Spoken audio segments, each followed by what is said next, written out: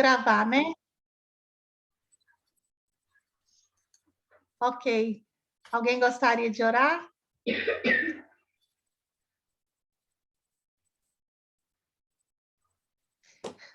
Eu oro.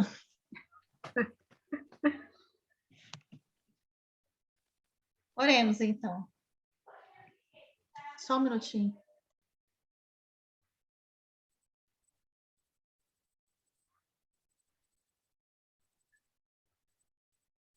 Senhor nosso Deus, grandioso Pai que estás nos céus, nós estamos mais uma vez, Senhor, reunidas em oração.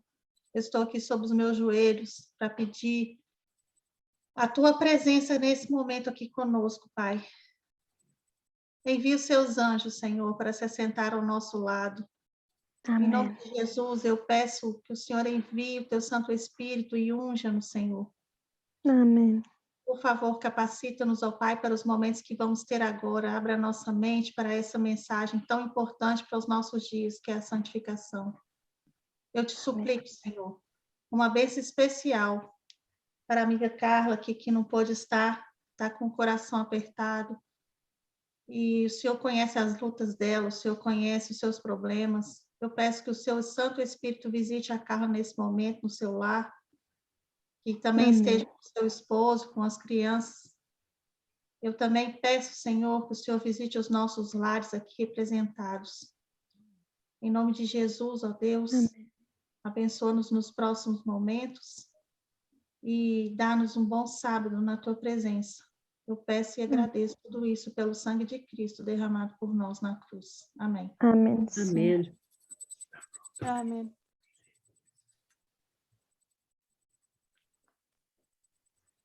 Queres dizer alguma coisa, Iapo?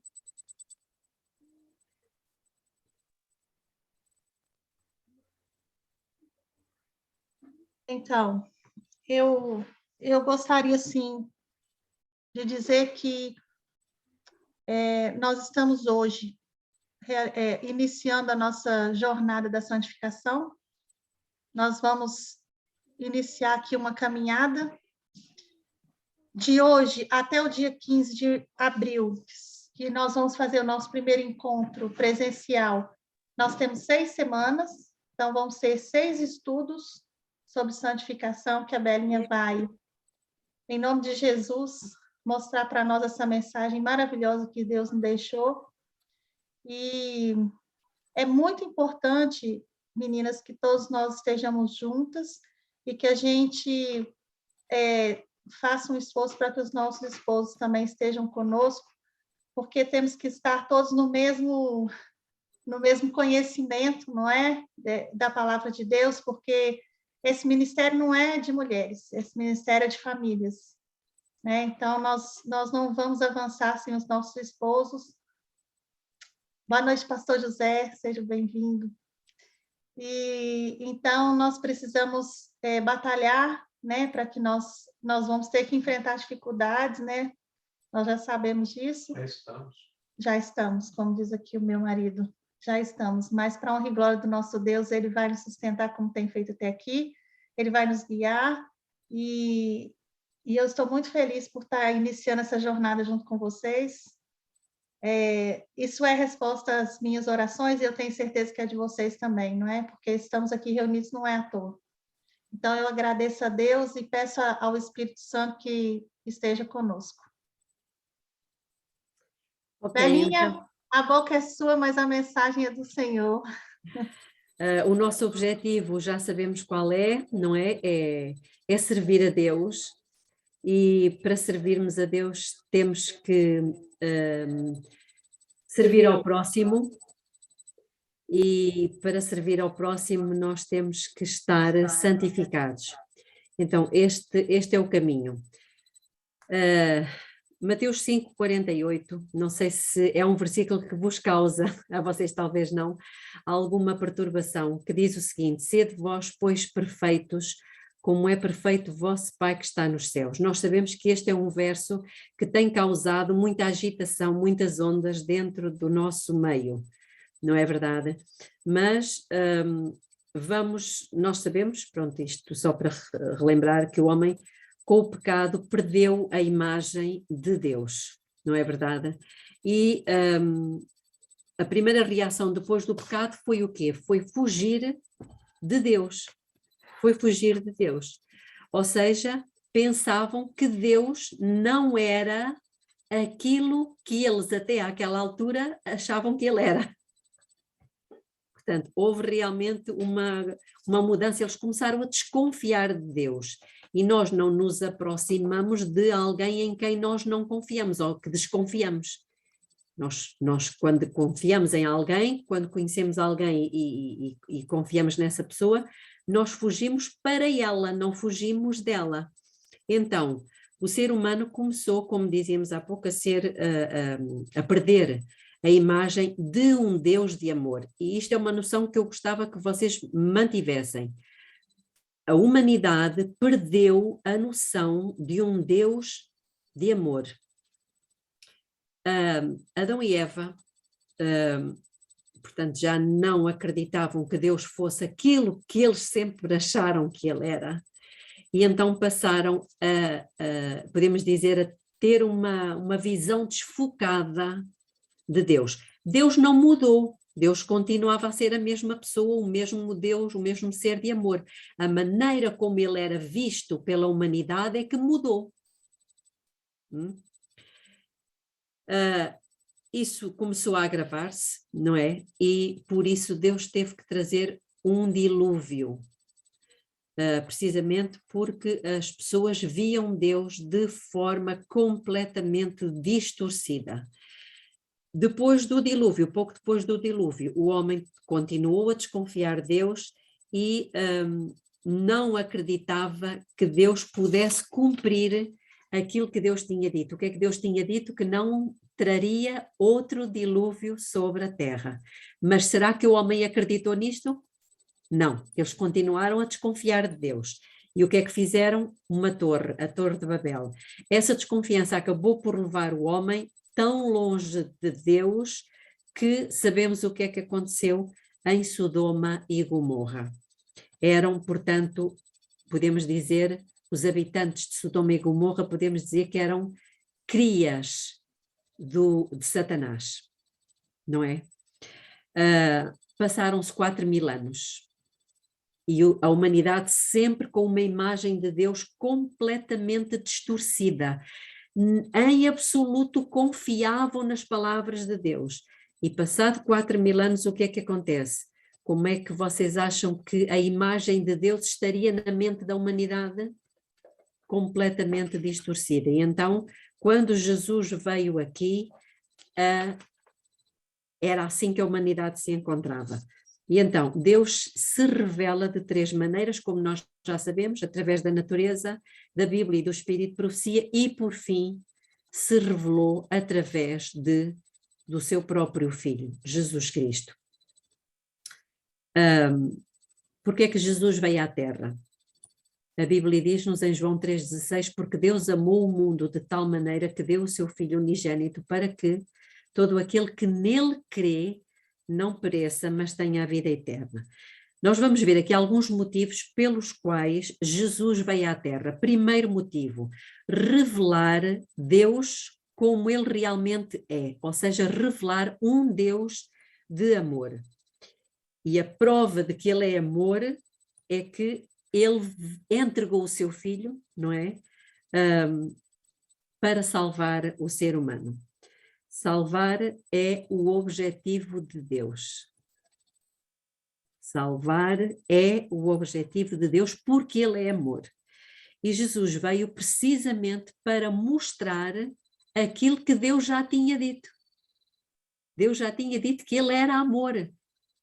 Mas o ser humano não reconhecia Deus desta forma, nem sequer acreditava nestas palavras. E como não acreditava nas palavras de Deus, o que é que ele faz? Envia a própria palavra em carne e osso para demonstração viva, ao vivo e a cores, de que realmente Deus era amor.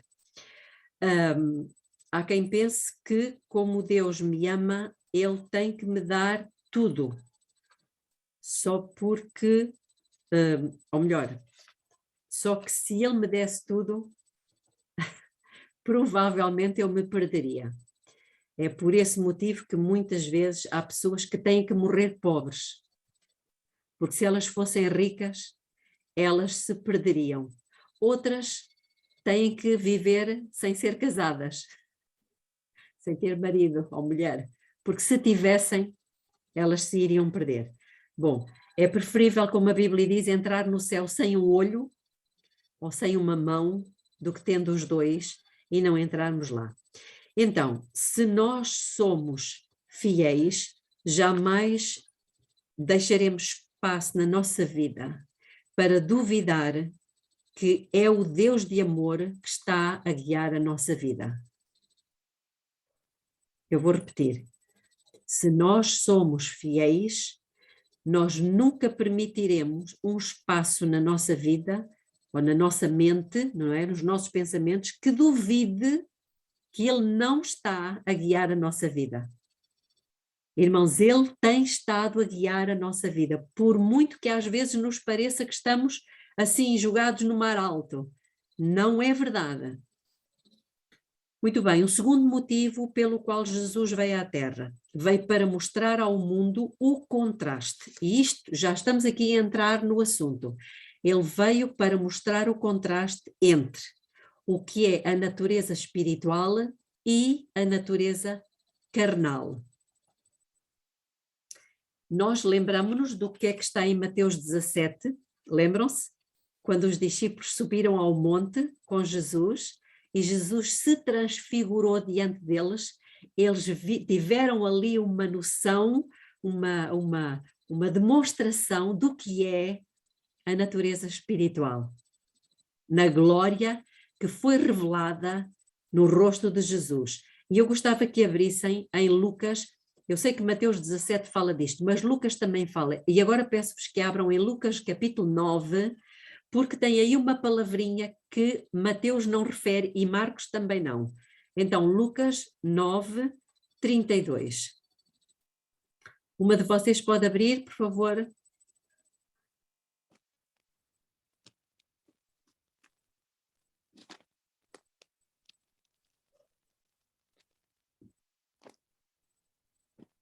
Lucas 9, 32.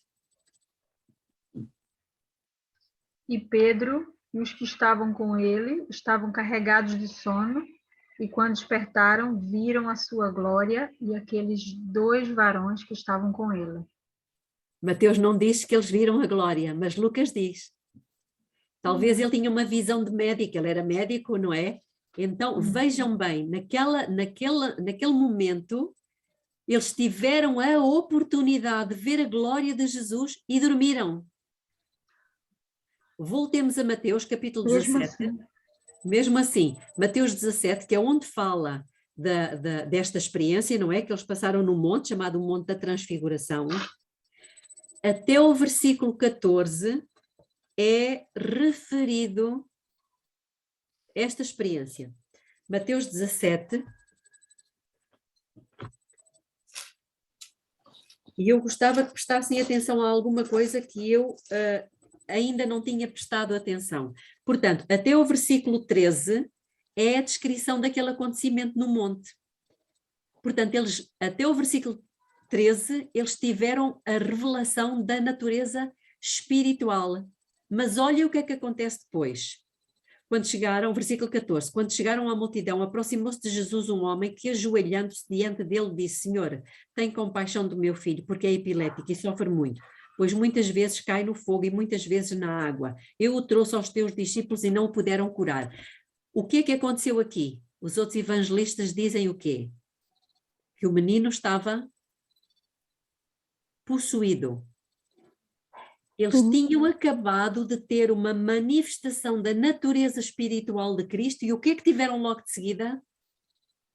A manifestação do que é a natureza carnal quando ela está debaixo do poder de Satanás.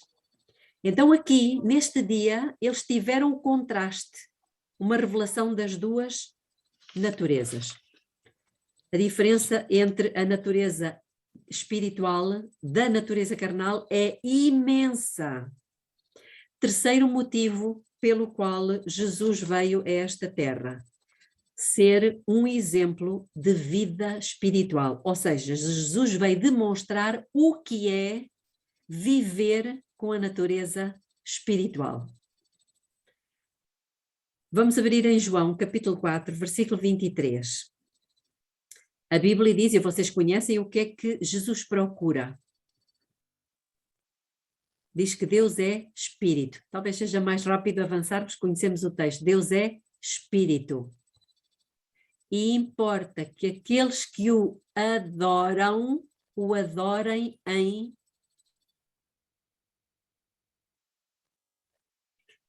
espírito e em verdade. Ou seja, nós pensamos normalmente que adorar a Deus é de qualquer forma, é com a nossa natureza carnal. Não pode. Ele não pode ser adorado com a natureza carnal.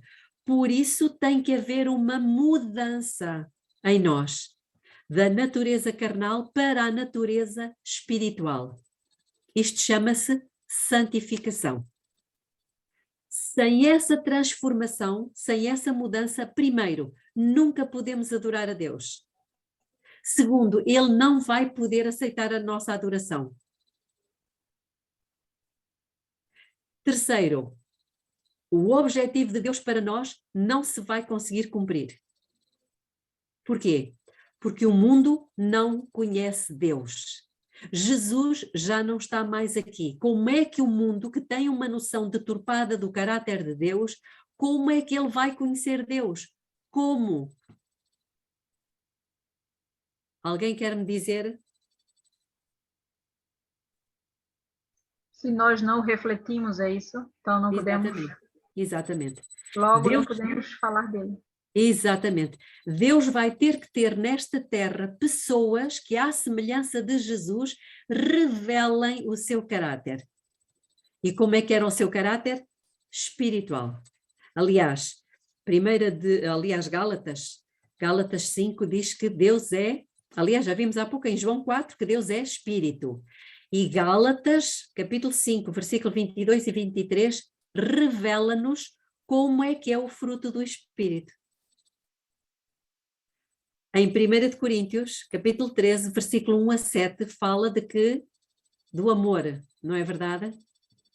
Fala do amor. Se nós fizermos um cruzamento entre 1 Coríntios 13 e Gálatas 5, nós vamos encontrar algo muito engraçado. Por exemplo, 1 Coríntios 13, falando do amor, diz que o amor é paciente, é bondoso. O que é que diz em Gálatas 5, 22 e 23? Um dos frutos do Espírito é a bondade. Então, 1 Coríntios diz que Deus é bondoso. Gálatas diz que o fruto do Espírito é a bondade. 1 Coríntios diz que o amor é sofredor, não é invejoso. Gálatas 5 diz que Deus é um dos frutos do Espírito, o primeiro é amor. Diz que não se orgulha, não se porta inconvenientemente, tudo sofre, tudo espera. O que é tudo sofrer, tudo esperar? Longanimidade, não é um dos frutos do Espírito? A longanimidade, tudo crê, não é fidelidade, tudo suporta, não é mansidão.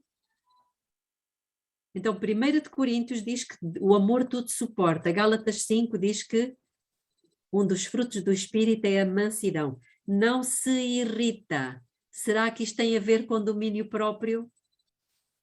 Tem a ver com domínio próprio. Portanto, se vocês quiserem fazer o cruzamento entre 1 Coríntios 13, falando do amor, e Gálatas 5, que é o fruto do Espírito, vamos ver que as duas coisas são a mesma coisa. Ou seja, Deus é amor e Deus é Espírito. O que significa que uma natureza espiritual é uma natureza amorosa. Amorosa. A natureza espiritual é a natureza amorosa. Por que é que eu estou a dizer isto? Estou a dizer isto para que nós nos examinemos a nós mesmos e vejamos se nós somos assim. É um espelho. Para quê? Para chegarmos à conclusão de que já temos ou não temos ainda a natureza espiritual. Percebem? Muito bem. Eu sei que nós temos-nos iludido com a ideia de que a santificação é uma caminhada com Cristo toda a vida. Mas não é assim. A santificação é um crescimento. A santificação, já ouviram, dura a vida toda. Mas o que é que dura a vida toda? Não é até sermos santificados. É o crescimento na santificação é que dura a vida toda.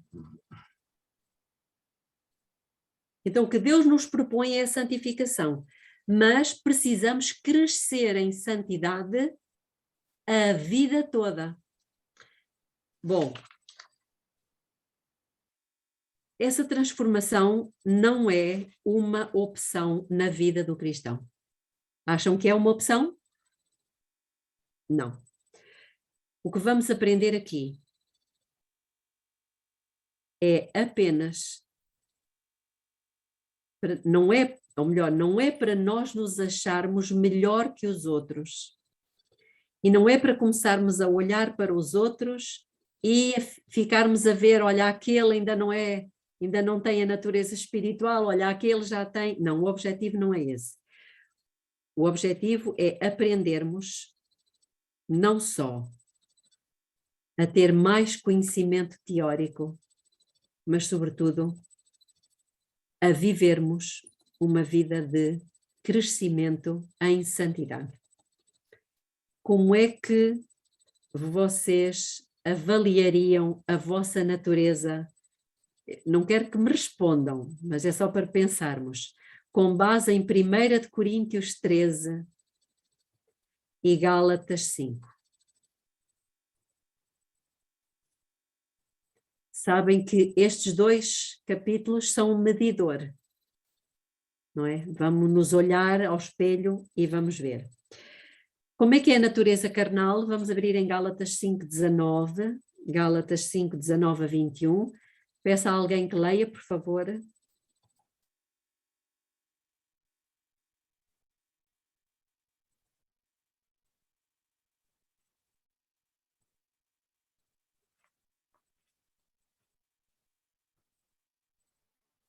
Gálatas 5:19 a 21.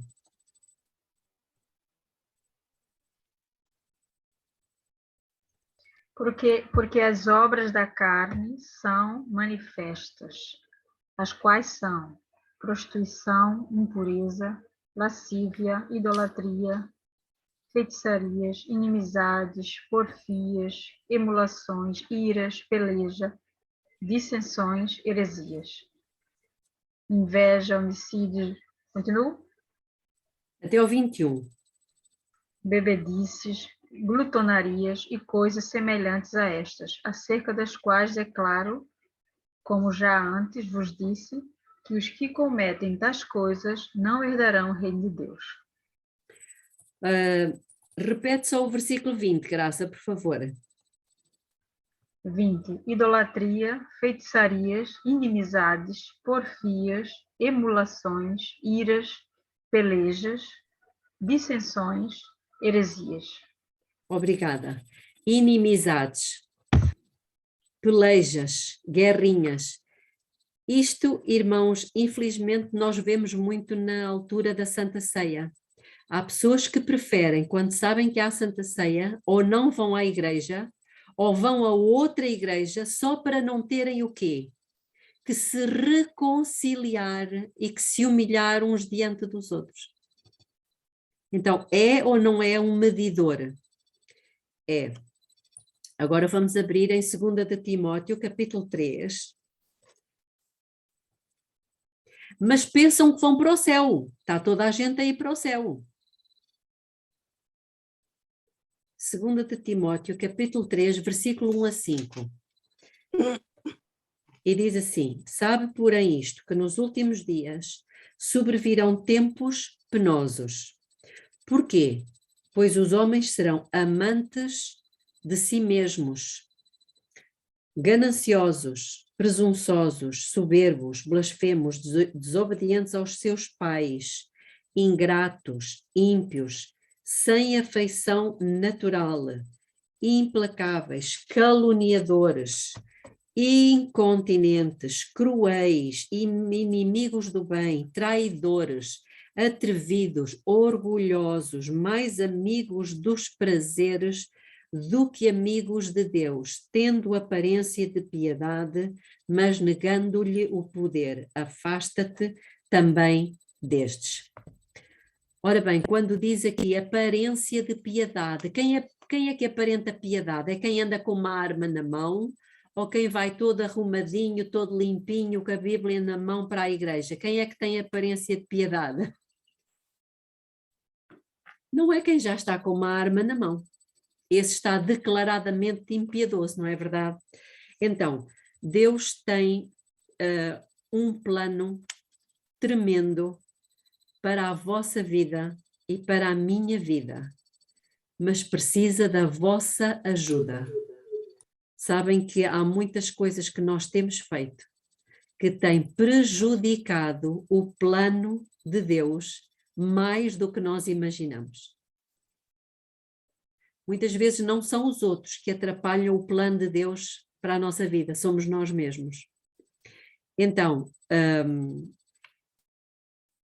o que nós nos propomos aqui neste estudo é conhecer onde é que nós podemos estar ou ter estado até agora a atrapalhar o plano de Deus para nos transformar de pessoas carnais em pessoas espirituais.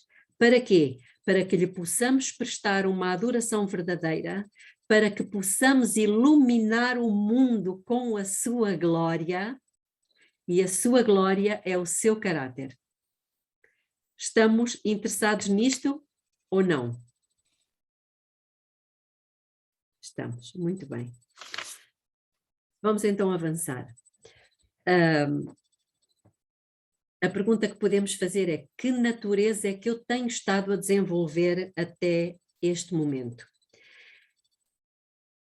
Tenho estado a ouvir a voz de Deus? Adão e Eva, por exemplo, Eva sobretudo, ela ouviu a voz de Deus ou da serpente?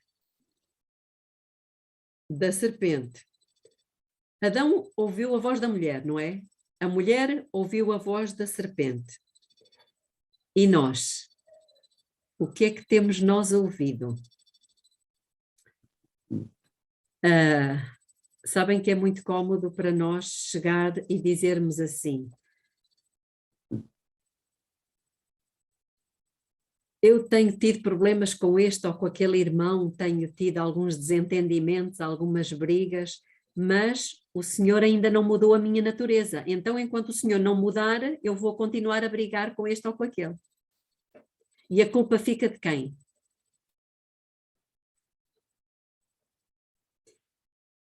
Isto é uma postura cômoda, mas é pecado.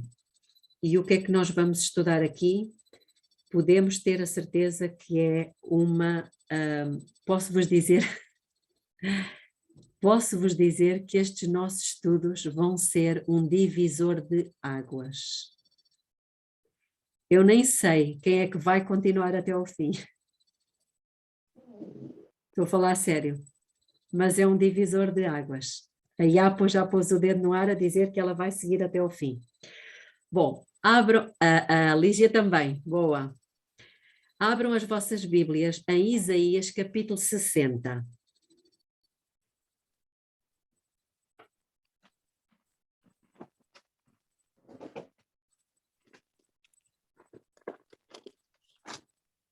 Isaías capítulo 60. E eu gostava que uma de vocês lesse o versículo 1 e 2. Por favor. Levanta-te, resplandece, porque já vem a tua luz, e a glória do Senhor vai nascendo sobre ti. Porque eis que as trevas cobriram a terra e a escuridão os povos, mas sobre ti o Senhor virá surgindo e a sua glória se verá sobre ti. E as nações caminharão à tua luz e os reis ao resplendor que te nasceu. Levanta em redor os teus olhos e vê. Todos estes já se ajuntaram. É só o 1 e o 2, E Susana. É só o 1 e o 2.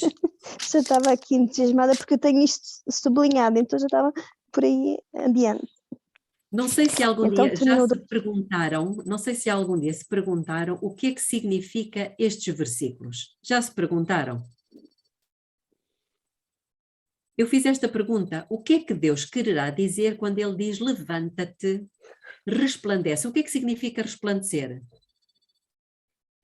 Fazer Refletir, né? brilhar. Fazer brilhar. Fazer brilhar. Brilhar. Brilha, se manifesta, te expõe, não sei, Uma assume atitude, isso, não é? assume, não é? Toma atitude. Lembram-se que Jesus disse em Mateus 5, vós sois a luz do mundo. A luz do mundo. Uma luz é feita para quê? Para brilhar. Resplandecer, pois. Exatamente, resplandecer, são sinónimos. E a Bíblia, que vocês no texto que leram agora, quando Deus diz levanta-te, é porque nós estamos sentados ou até deitados. Mas há uma altura em que Deus dá a ordem, levanta-te, resplandece, ou seja, brilha, ilumina, porque já é chegada a tua quê? Ora, a tua Glória. hora. Glória, não é o que diz aí? A glória do Senhor é chegada sobre ti. Como é que diz a vossa? A tua luz. E a Chegada glória. É glória. É A minha glória. glória também. É E a aqui glória do levanta-te está em Senhor. maiúsculo, levanta-te. Levanta-te. O que é que nós vimos no Monte da Transfiguração que Lucas viu? A glória. Viu a glória de Glória Deus. de Jesus. O rosto dele brilhava, não foi? Mateus não diz que ele brilhava mais do que o sol.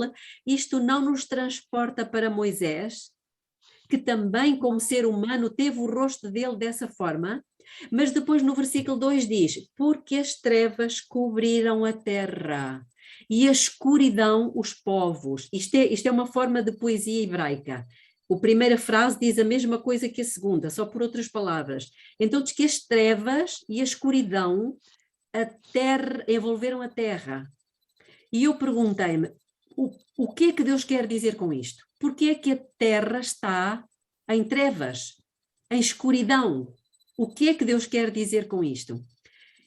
Sabem que a profetisa deu a resposta. E isto encontra-se em parábolas de Jesus, no último capítulo, a parábola das virgens, capítulo 29, na página 226.2 e ponto 3. Ela vai buscar precisamente o texto que nós acabámos de ler agora, de Isaías 62, eis que as trevas cobriram a terra e a escuridão os povos, mas, há aqui um mas, sobre ti, Lígia, sobre ti, José Esteves, sobre ti, Graça, Iaponira, Rafael, Susana São, sobre ti o Senhor virá surgindo a pouco, e a sua que? E a sua Glória se verá em ti. O que é que isto quer dizer? Que ele irá fazer o quê? Fazer uma transformação da nossa natureza carnal para a natureza espiritual, que é a mesma coisa que ser natureza amorosa, piedosa, benigna, bondosa. Então a escuridão, Ellen White diz assim: a escuridão do falso conceito acerca de Deus é que está envolvendo o mundo. Alguma de vocês algum dia ouviu as pessoas dizer assim: mas porquê é que Deus me levou o meu marido? Mas porquê é que Deus me levou os meus filhos? Já ouviram isto? O que é que isto denota? Algo parecido também. Ou Deus é algo mau, pune, não é? Desta semana vi o meu E Deus sogro. mata. Deus Como mata. é que Deus permite esta guerra? Exatamente. Não é? Isto significa o quê? Que as pessoas continuam a ter um conceito distorcido de quem Deus é. como é que elas vão ter o conceito correto? Através de quem leva a luz. Precisamos lhes dizer. Pessoas como nós que sabemos. Exatamente, através de nós, não é tanto pelo que nós sabemos, mas será pelo que nós formos. Porque a glória de Deus vai ver-se em nós. Este é o objetivo deste seminário. Belinha, nós... pior, desculpa, Fala. pior do que as pessoas acharem que Deus mata, é as pessoas acharem que o Deus é o que eu faço de bom. Eu já ouvi isso. Exatamente. Deus é o bem que eu faço. Exatamente, que é o oposto. Que é o oposto. Então eu vou ler um pouquinho mais deste capítulo do Parábolas de Jesus. Os homens estão perdendo o conhecimento do seu caráter. Este tem sido mal compreendido e mal interpretado. Neste tempo deve ser proclamada uma mensagem de Deus, uma mensagem de influência iluminante, levanta-te, resplandece, e capacidade salvadora. O caráter de Deus deve tornar-se notório. Em quem? Naqueles que dizem que conhecem a Deus. Não podemos esperar isto dos jihadistas, como é lógico. Mas dos cristãos. Deve ser difundida nas trevas do mundo a luz da sua glória, vírgula, a luz da sua benignidade, misericórdia e verdade.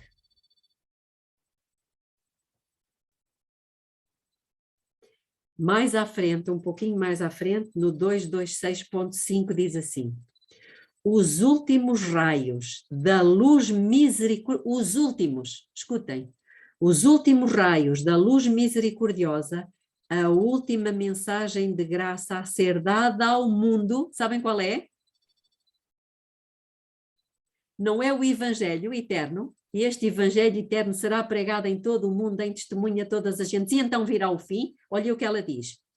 A última mensagem a ser dada ao mundo é uma revelação do caráter do amor divino. Não é tanto blá, blá, blá. É o Evangelho vivo. Onde é que ele anda? Aqui. O Evangelho vivo. Os filhos de Deus devem manifestar a sua glória. Olha aqui. Os filhos de Deus devem manifestar a sua glória. Revelarão em sua vida e caráter aquilo que a graça de Deus tem feito por eles.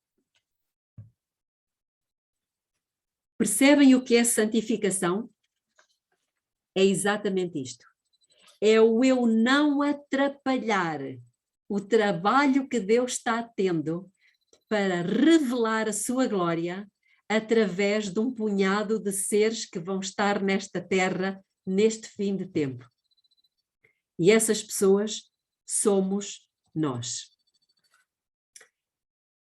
Na ciência do bom viver, já estamos a caminhar para o fim, na ciência do bom viver, na página 469 e 470 diz o seguinte: o mais forte argumento em favor do Evangelho é um cristão que sabe amar e é amável.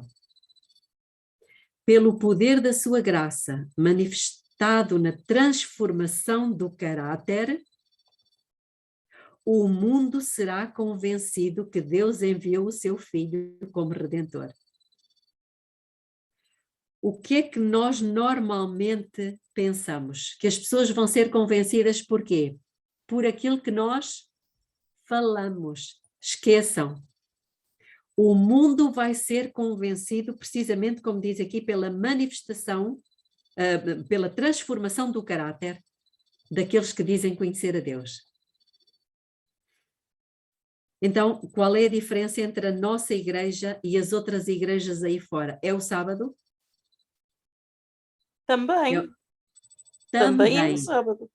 Também. Mas posso-vos dizer que a diferença devia ser porque na nossa igreja não há brigas. E que quando há Santa Ceia, todos participam, porque todos estão de bem com todos. E todos conhecerão que sois meus discípulos quando? João 13:35, quando vos amardes uns aos outros. Vou ler-vos uma citação poderosa que se encontra no 9º volume de Testemunhos para a Igreja, 9º volume de Testemunhos para a Igreja, capítulo 20, página 189, e diz o seguinte: se nos humilhássemos perante Deus e fôssemos bondosos e corteses, compassivos e piedosos, haveria uma centena de conversões à verdade, onde agora há apenas uma. Corteses, tem que escrever isso. Então escreve. Eu até posso pedir à Lígia que ela coloque aqui... Pôr numa mensagenzinha no grupo. Uma mensagem no WhatsApp. Exatamente. Então, 9º volume de Testemunhos para a Igreja, capítulo 20, página 189. Eu vou ler outra vez. Se nos humilhássemos perante Deus e fôssemos bondosos e corteses, compassivos e piedosos, haveria uma centena de conversões à verdade, onde agora há apenas uma. Então tem havido muito esforço para converter as pessoas, não tem? Pode repetir, Belinha, Testemunhos para a Igreja? Volume 9, capítulo 20, página 189. Que natureza é esta, irmãos? Bondosos, corteses, compassivos, piedosos, que natureza é esta? É a carnal? Não, é Deus. É a natureza Deus espiritual, que é a natureza amorosa. Não é? Muito bem. Isto é impressionante, porque nós continuamos a achar, não é, que as pessoas vão se converter por estudos bíblicos. Então bora lá dar estudos bíblicos a toda a gente. Ai. E Satanás quer que nós pensemos assim. Estamos a trabalhar de forma errada, irmãos. Deus quer restaurar essa natureza dele em nós, mas ele precisa disso. Ele não só quer, mas ele precisa. Para quê? Porque Apocalipse 18, ele garante, ele promete, e é certo, e vai acontecer, que o mundo será iluminado com a sua glória. Como? Através de nós e dos nossos maridos. O mundo vai ser iluminado. Aliás, ou não, temos liberdade para escolher. Belinha, eu Sim. só gostava de partilhar convosco a minha luta desta semana, precisamente vai ao encontro desta matéria. É assim, foi diagnosticado um cancro ao meu sogro, e ele estava revoltado com Cristo, com Deus. Ele por várias vezes ia-se ficando, orámos de joelhos, ele a chorar a Deus, suplicar pela vida dele. E esta semana, uma revolta de Deus perante mim. Porquê? Porque fui lá e ele já está melhor, não é? Mas ainda não está curado do cancro. Eu disse, como é que Deus permite revoltado com Deus? E eu disse ao meu pai, que luta é esta que eu tenho? Porque eu fiquei, ou seja, falta-me o ser compassiva e piedosa, porque eu própria fiquei revoltada, porque foi um sacrifício tão grande, uma luta tão grande para ele estar vivo, e basta vir uma guerra para ele duvidar que foi Deus que o salvou. Foi as nossas orações de joelho, foi o nosso clamor. E eu quero mais ir à casa dele. Não quero, porque lá está, mas nós temos que dar essa transformação. Por mais que seja doloroso, eu tenho que ir lá à casa dele e dizer à minha sogra, Deus está para vir, foi o que eu disse. Vocês acreditam? Só que essa transformação é sobrenatural, Susana. Ela vai acontecer, mas ela vem do alto. nós não conseguimos produzi-la. A única coisa que nós conseguimos produzir é uma aparência de piedade, não é? Muito bem, então gostava que abrissem em João, o Evangelho de João, capítulo 21.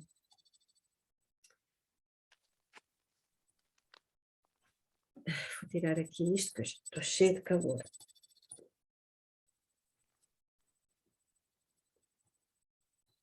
Sabem que muitas vezes andamos de saia comprida, não é? Andamos de gravata, todos muito arrumadinhos, mas andamos 40, 50, 60, 70 anos na igreja com o mesmo fel, com o mesmo mau feitio, com os mesmos defeitos, não é? Isto é uma vitória para o Evangelho ou é uma derrota? Derrota. É uma derrota, mas chegou o tempo de invertermos as coisas, não é? Então, com Pedro aconteceu uma coisa, Jesus estava quase para subir ao céu, ia deixá-los, e o que é que Pedro, a conversa que ele teve com Jesus, vamos ler o versículo 15, 16 e 17. Quem vai ler? Posso ler eu? Podes. E depois de terem jantado, disse Jesus a Simão Pedro: Simão, filho de Jonas, amas-me mais do que estes? E ele respondeu: Sim, Senhor, tu sabes que te amo. Disse-lhe: Apascenta os meus cordeiros. Tornou a dizer-lhe, segunda vez: Simão, filho de Jonas, amas-me? Disse-lhe Simão: Sim, sim, Senhor, tu sabes que te amo. Disse-lhe: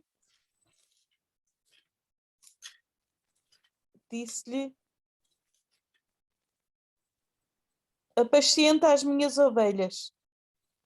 Disse-lhe terceira vez: Simão, filho de Jonas, amas-me?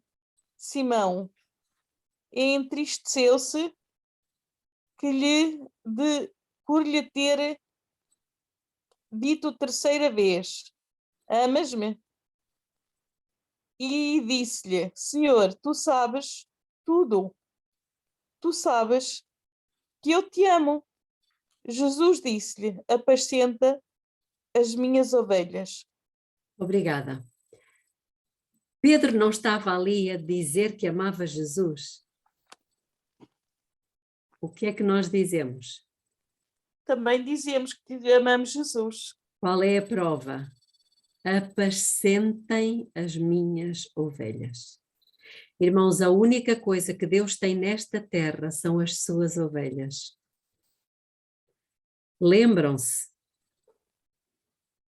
da parábola que Jesus contou do bom samaritano? Abram no instante em Lucas 10:35, a última parte do versículo. Eu vou ler. Lucas 10:35 diz assim. Vou ler todo o versículo. No dia seguinte tirou 2 denários, deu-os ao hospedeiro e disse: Cuida dele.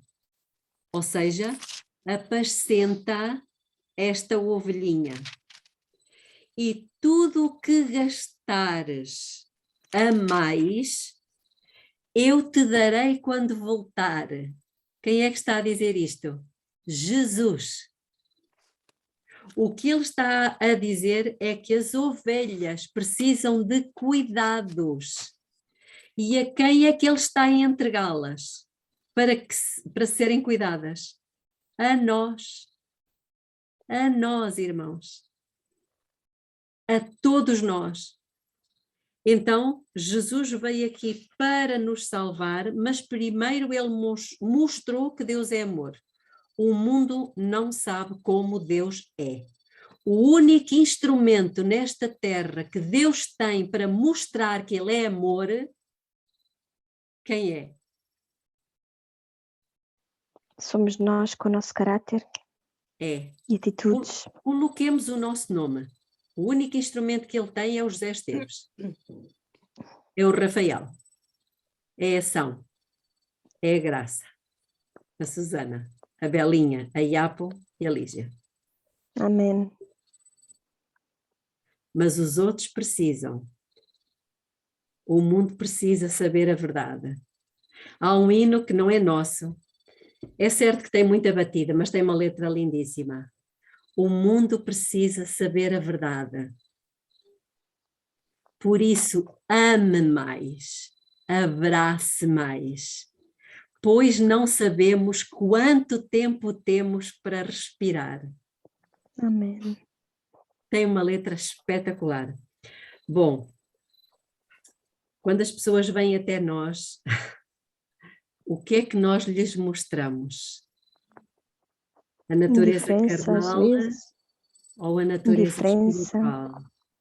Elas precisam de ver É. bondade, cortesia, compaixão, piedade.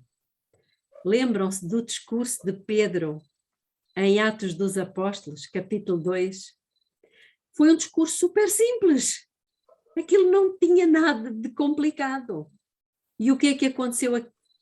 Aquele discurso provocou o quê? Quase 5.000 pessoas se entregaram a Jesus. Acham que foi pelo discurso? Foi pela pregação do Pedro? Foi por quê? Porque eles viram um Pedro completamente transformado. Os discípulos estavam todos diferentes. Não foi o sermão que converteu as pessoas, foi uma vida transformada que as converteu. Isto é o que Deus tem querido fazer com vocês e comigo. E o maior empecilho temos sido nós mesmos. Mas às vezes pensamos que é o diabo, não é? Que atrapalha a nossa transformação. Não, mas não, é mais fácil nós culparmos o diabo, não é? Do que assumirmos as nossas responsabilidades. Aqui neste seminário nós vamos aprender aonde é que nós temos atrapalhado. Para quê? Para que nós possamos decidir a partir de hoje, eu não quero mais atrapalhar o método que Deus escolheu para facilitar a nossa transformação de natureza carnal para natureza espiritual. Acham que vai ser interessante? Vai. Peço-vos que abram em Gálatas, capítulo 5, e já estamos quase no fim. Gálatas, capítulo 5, versículo 16, 17, 24 e 25. E outra pessoa, portanto, agora pode ser a Iapo que lê Gálatas 5, 16, 17, 24 e 25. E a Lígia pode ler Romanos 8, 1, 6, 9, 13 e 14.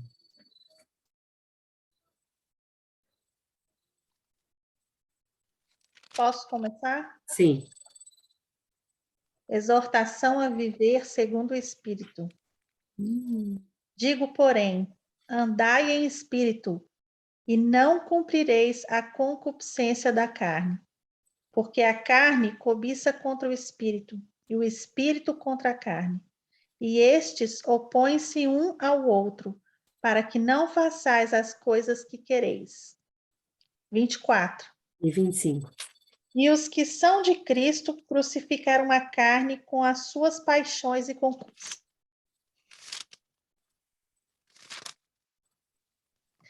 Se vivemos em Cristo, andemos também em espírito.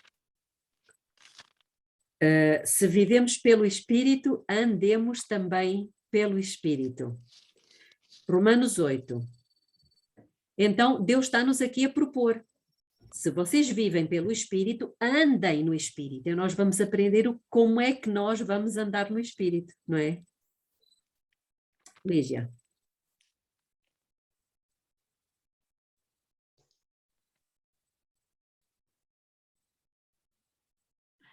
É o 1, né?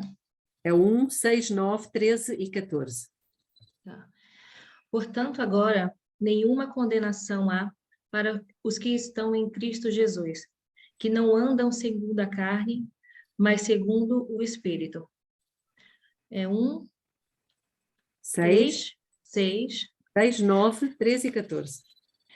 Porque a inclinação da carne é morte, mas a inclinação do espírito é a vida.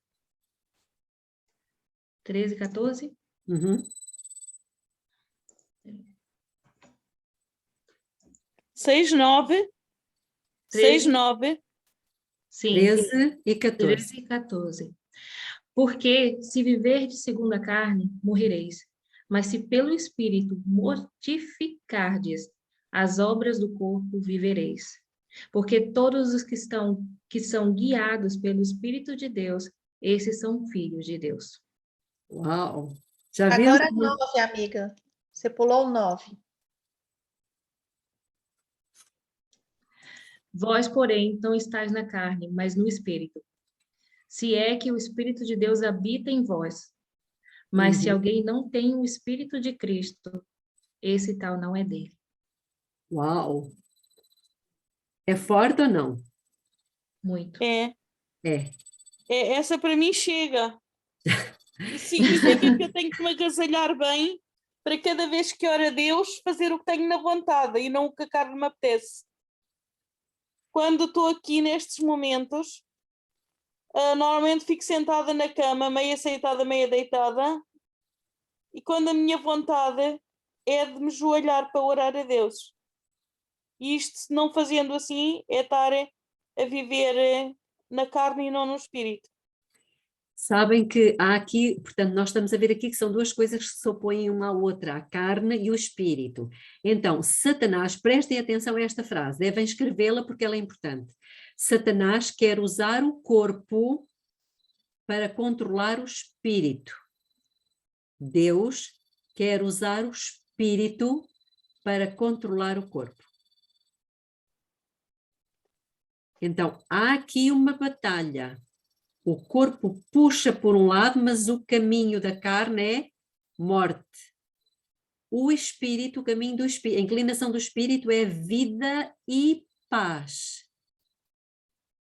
E o que o Senhor nos pede é que nós andemos no espírito. Para isso, temos que crucificar a carne, que é aquilo que Satanás quer usar para controlar o espírito. Nós iremos trabalhar muito esta temática, esta questão do corpo e do espírito. Hein? Muito bem. Quem estiver vivendo nos últimos tempos na presença do Senhor é porque essas pessoas terão dado a Deus a autorização para mudar as suas naturezas. Vou ler mais uma citação da Ciência do Bom Viver, capítulo 18, página 242. Deus deseja pôr os homens em direta relação com Ele. Busca estimular o senso de dependência pessoal e impressioná-los com a necessidade de direção própria. Deseja pôr o humano em ligação com o divino, a fim de que os homens possam ser transformados à divina semelhança. Então, como é que eles podem ser transformados à divina semelhança?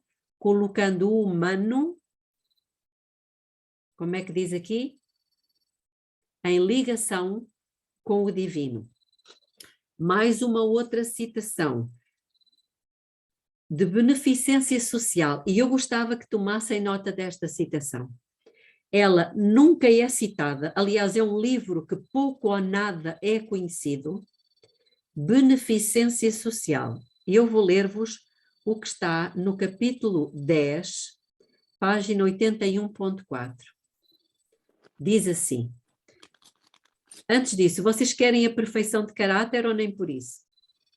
Claro que sim. A perfeição do caráter cristão é alcançada quando o impulso de abençoar e auxiliar a outros brota constantemente do íntimo. Vocês estão a ver o que é que está aqui? Constantemente. Exatamente. Tem que ser permanente. Tem que ser permanente. Eu só tenho só alguns impulsos, não é permanente. Mas estás no caminho, não desanimes, Estamos no caminho. Então eu vou repetir, a perfeição de caráter do cristão é alcançada, é bom nós sabermos disto, porque nós vamos ter que nos examinar a nós mesmos, não é? É alcançada quando o impulso de abençoar e auxiliar a outros brota constantemente do íntimo. Quando a luz do céu encher o coração e for revelada no semblante, perdão, eu li isto mal. Quando a luz do céu encher o coração e for revelada no semblante, ou seja, a natureza espiritual amorosa de Cristo. E agora no mesmo livro, Beneficência Social, agora no capítulo 42, vamos para o fim do livro, página 315.2, diz o seguinte: essa revisão diária, sabem que nós no final de cada dia devemos fazer uma revisão do nosso dia, para sabermos como é que nós falamos, que tipo de pensamentos nós tivemos, que intenções, com que intenções é que fizemos as coisas ou deixámos de as fazer.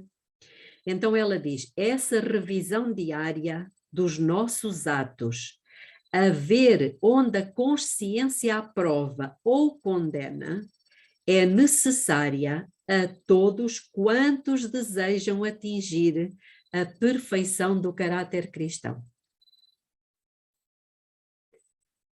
Querem alcançar a perfeição do caráter cristão? O que é que temos que fazer? Todos os dias, rebobinar o filme e ver. Olha, este capítulo, eu até gostava de ler um bocadinho e eu acho que vamos ficar por aqui, porque já chegamos praticamente ao fim. Eu posso ler um bocadinho aqui na Beneficência Social ou não? Sim. Vamos mesmo concluir com esta citação. Olá, Benjamin.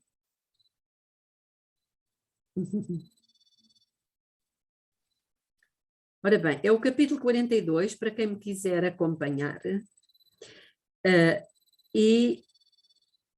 Ora bem.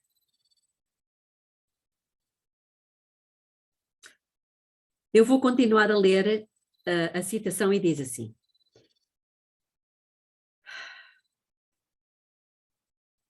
Portanto, essa revisão diária de nossos atos, a ver onde a consciência aprova ou condena, é necessária. Sabem porque é que aqui fala da consciência? Porque a consciência é o lugar onde o Espírito fala. Quando a nossa consciência começa ali a incomodar-nos, é sinal que o Espírito de Deus está a querer falar alguma coisa connosco. E muitas vezes nós passamos à frente e tentamos não ouvir esse toque. Daí a necessidade da alimentação e de muitas outras, alimentos e bebidas e outras coisas. O estilo de vida, exatamente.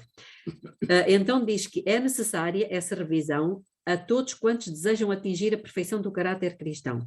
Muitos atos, escutem isto, muitos atos que passam por boas obras, mesmo atos de generosidade, quando intimamente examinados, verificar-se-á haverem sido suscitados por motivos errôneos. Quantos? Quantos?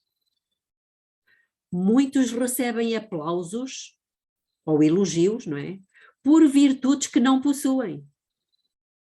O prescrutador dos corações pesa os motivos e muitas vezes ações altamente louvadas por homens são por ele registadas como partindo de egoísmo e baixa hipocrisia. É aqueles que têm aparência de Bíblia na mão, não é? Ali todos vestidinhos de fatinho. Cada ato da nossa vida, seja excelente e digno de louvor ou merecedor de censura, é julgado pelo perscrutador dos corações segundo os motivos que o determinaram. Isto é muito sério. Bom, mas então vamos ficar por aqui. Já ficamos a saber que o objetivo deste seminário qual é? Qual é? Transformação. Sim. Portanto, não agir por impulsos, não é? Portanto, mesmo que a luta seja extensa e comprida, nós temos que permanecer com piedade e com passividade e longanimidade e não ir ao impulso, que quer dizer, eu já fiz tanto por ti, ou por si, ou por... E ainda tenho que fazer mais, não é? Porque não posso... Susana, o objetivo do seminário é percebermos aonde é que nós temos estado a atrapalhar o método que Deus escolheu para nos conseguir transformar e levar... tem que existir muita paciência e muito caráter espiritual. Belinha, mas por nós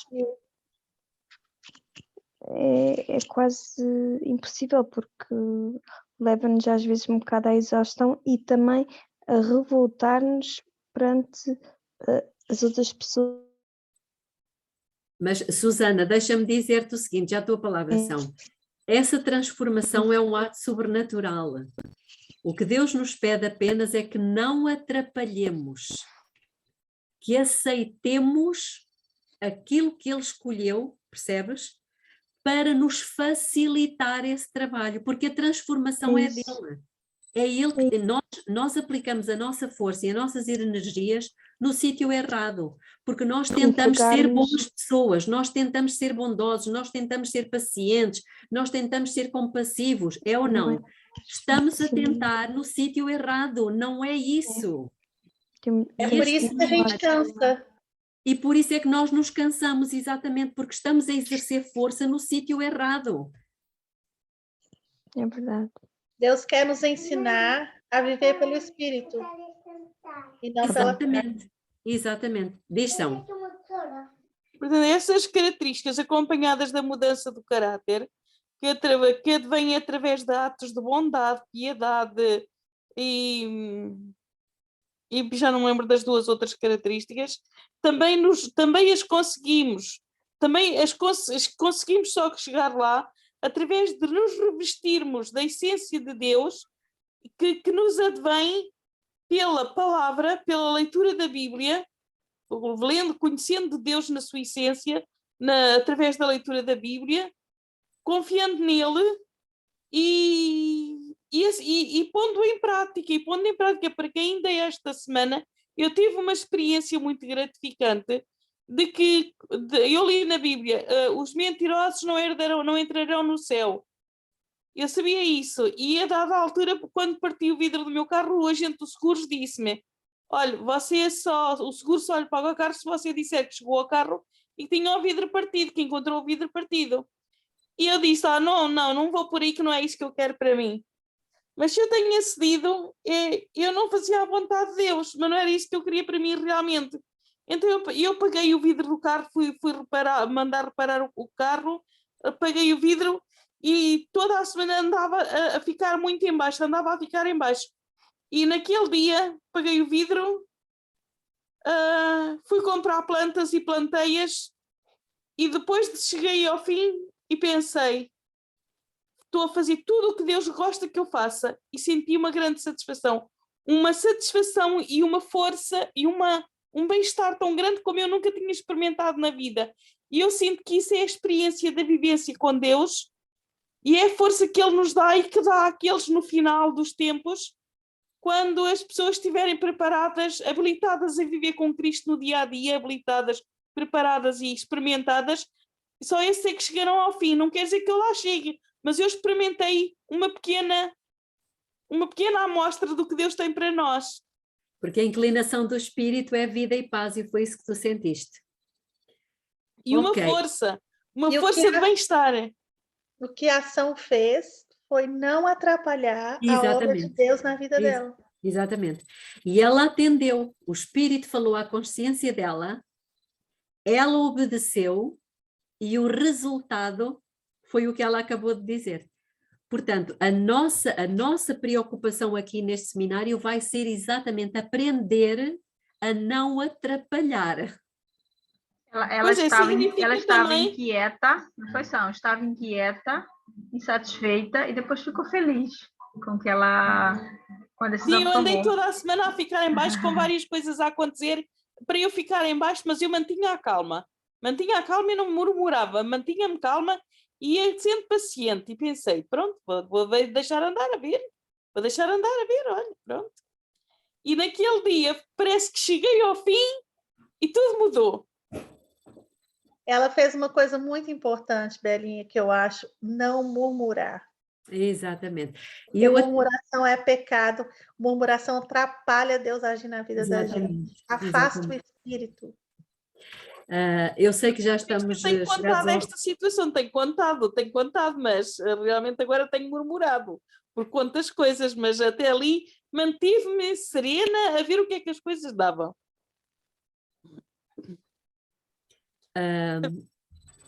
Eu sei que já a nossa hora já passou, mas num outro momento talvez a Iapo vai dar o testemunho dela para ficar gravado, não é? Da experiência que tiveste agora lá em cima com o carro e com a bateria do carro, etc.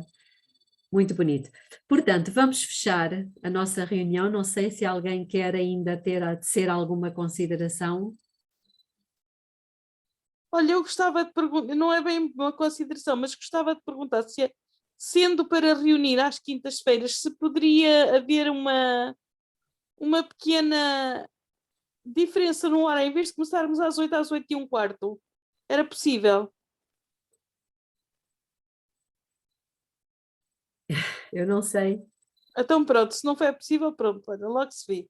Logo se vê se eu consigo. É que esta quinta-feira eu tinha uma tarefa para que tenho cumprido, mas também me senti cansada e não a fiz porque pensei que tinha que andar a correr para conseguir cumprir e executá-la e estar cá às 8. E depois acabei por não fazer e vou ter que aguardar para amanhã à noite. Eu não sei, quanto mais tarde São for, 15 pior. minutos. Os estudos são um bocadinho longos, e se nós vamos passar para muito tarde, depois começamos todos a abrir a boca, não Pois as prestamos crianças, atenção, e é sim. isso que Satanás também quer. Pronto, vamos continuar às 8. Vamos continuar às 8 e tudo se vai resolver. Vocês acham que fazer o estudo na sexta-feira é ruim? Para mim era bom, mas para a Belinha pode não ser que ela já tenha outro grupo. Pois. Para mim, para a sexta era bom, era. Eu prefiro na quinta, porque a sexta, eu falo por mim, né? Aqui em casa, às vezes, tem família e tem que dar atenção, sabe que a minha família é um bocado diferente. Então, chega as meninas ou não, vai no E ensaio, a veja. preparação para o sábado. Isso é por mim, mas também pode não coincidir com as outras. Não, o meu problema é só porque eu tenho mesmo, já hoje tive que alterar o grupo e houve pessoas que não puderam estar presentes precisamente por causa do horário e eu não queria, porque o outro já estava primeiro, não é? E estar a mexer no horário pronto, não é bom. Uma vez por outra, eventualmente, poderia acontecer. Se bem que para mim dava-me mais jeito, quer dizer, a mim é igual. Para mim tanto faz, quinta ou sexta. Mas devido ao estudo, eu prefiro na quinta. Pois é, eu tinha Eu pensado também. na sexta por causa do horário. Para a gente não, porque assim, na quinta-feira, a gente marca às 8, mas a gente sempre começa às 8h15 mesmo, não é? Porque até todo mundo chegar, a gente fica aguardando um pouquinho, e aí começa a ficar tarde mesmo. Depois antes de 9h30, a gente não vai conseguir terminar, não é? Pois é. Então, para mim não tem problema nenhum. Pode ser na quinta, o Rafael está aqui falando também Começar às 8 que eu durmo com as que galinhas. 9 prefere horas. na quinta-feira, mas enfim. Oh, Rafael, eu pensava que dormia com a Iapo, agora dorme com as Também. galinhas. Eu durmo com as galinhas todas. Elas vão Amiga, dormir, eu corro atrás. eu ronco e as galinhas não. Olha, se calhar podíamos fazer assim, tipo 5 para 8, né? Nós estarmos aqui, ou 10 para as 8, para quem quer conversar, para quem quer estar naquela recessão, depois começamos, não é? Ok, então mantém-se. Fica às 8 menos 5, tá? Vamos concluir com uma oração. Alguém sente no coração desejo de orar? Olha, eu gostava de orar. Pode não ser uma oração tão bonita quanto a vossa oração, mas eu gostava de orar para que Deus me ajude a libertar das concupiscências da carne e para que eu tenha a iniciativa de ser um bocadinho mais, aproximar mais do que Deus pretende, que é sermos mais espirituais. E já estou de joelhos. Santo Deus que estás nos céus, obrigado, Senhor, por termos congregado aqui em vosso nome, com o propósito que o Senhor tem para nós. Obrigado, Senhor, porque tivemos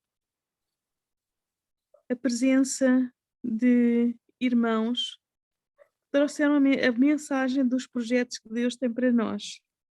Agradeço-vos também, Senhor, pelos alertas de consciência, pelos alertas do propósito que o Senhor quer de nós,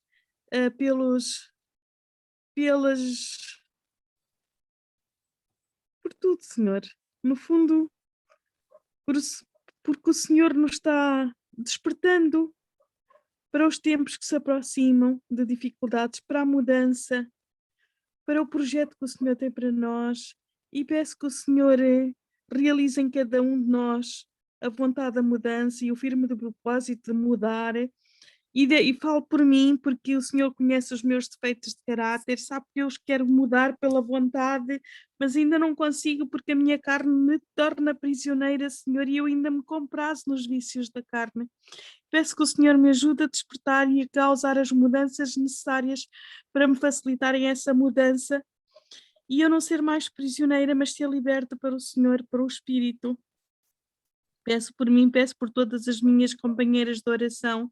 Fazemos parte deste grupo que o Senhor inspire, que nos tem inspirado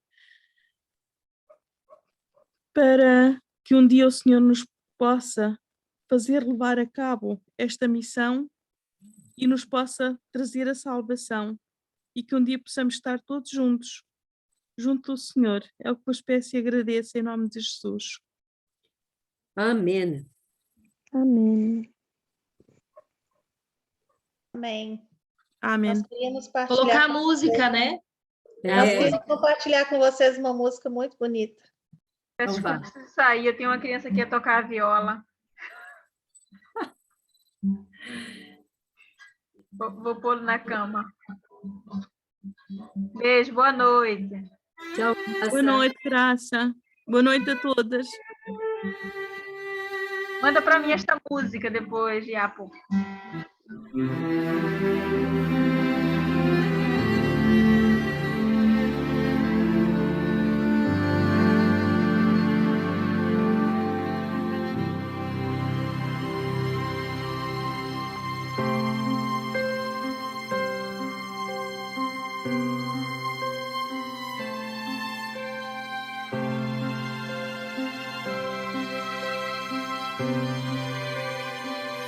En la oración,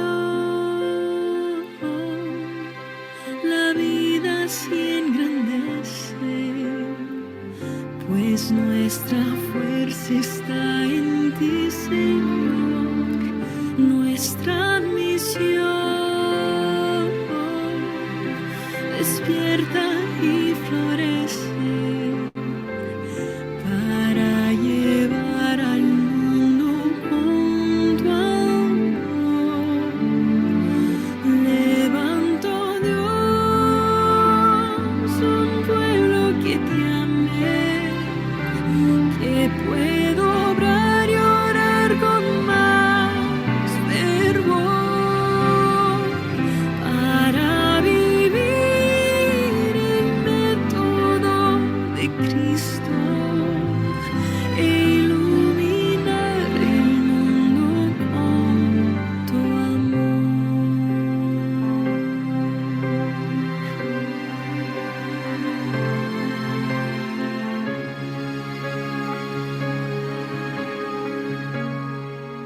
Mi oração, tudo é maravilhoso. A nossa nossa força está em ti, Senhor. Nossa missão desperta e floresça para levar ao mundo com teu amor. Levante, ó Deus, um povo que te ame para agir e orar com mais fervor, para viver o método de Cristo, iluminar o mundo com teu amor.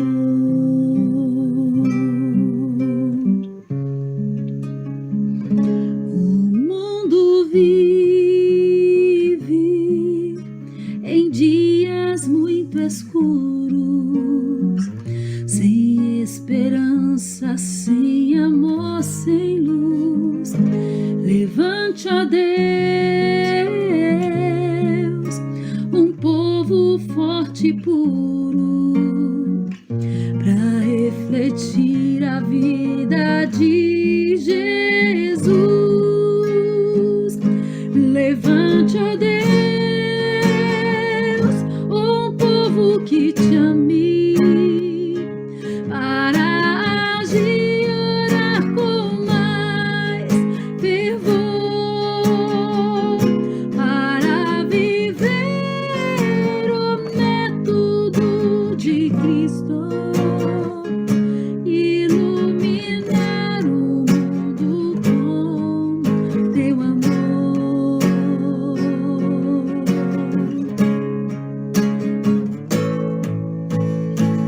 Levante, ó Deus, um povo que te ame para agir e orar com mais fervor, para viver o método de Cristo, iluminar o mundo com teu amor.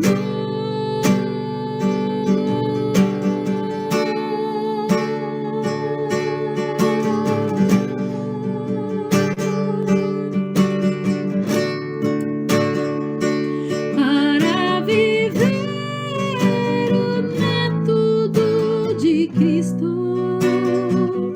iluminar o mundo com seu amor, para viver o método de Cristo, iluminar o mundo com teu amor.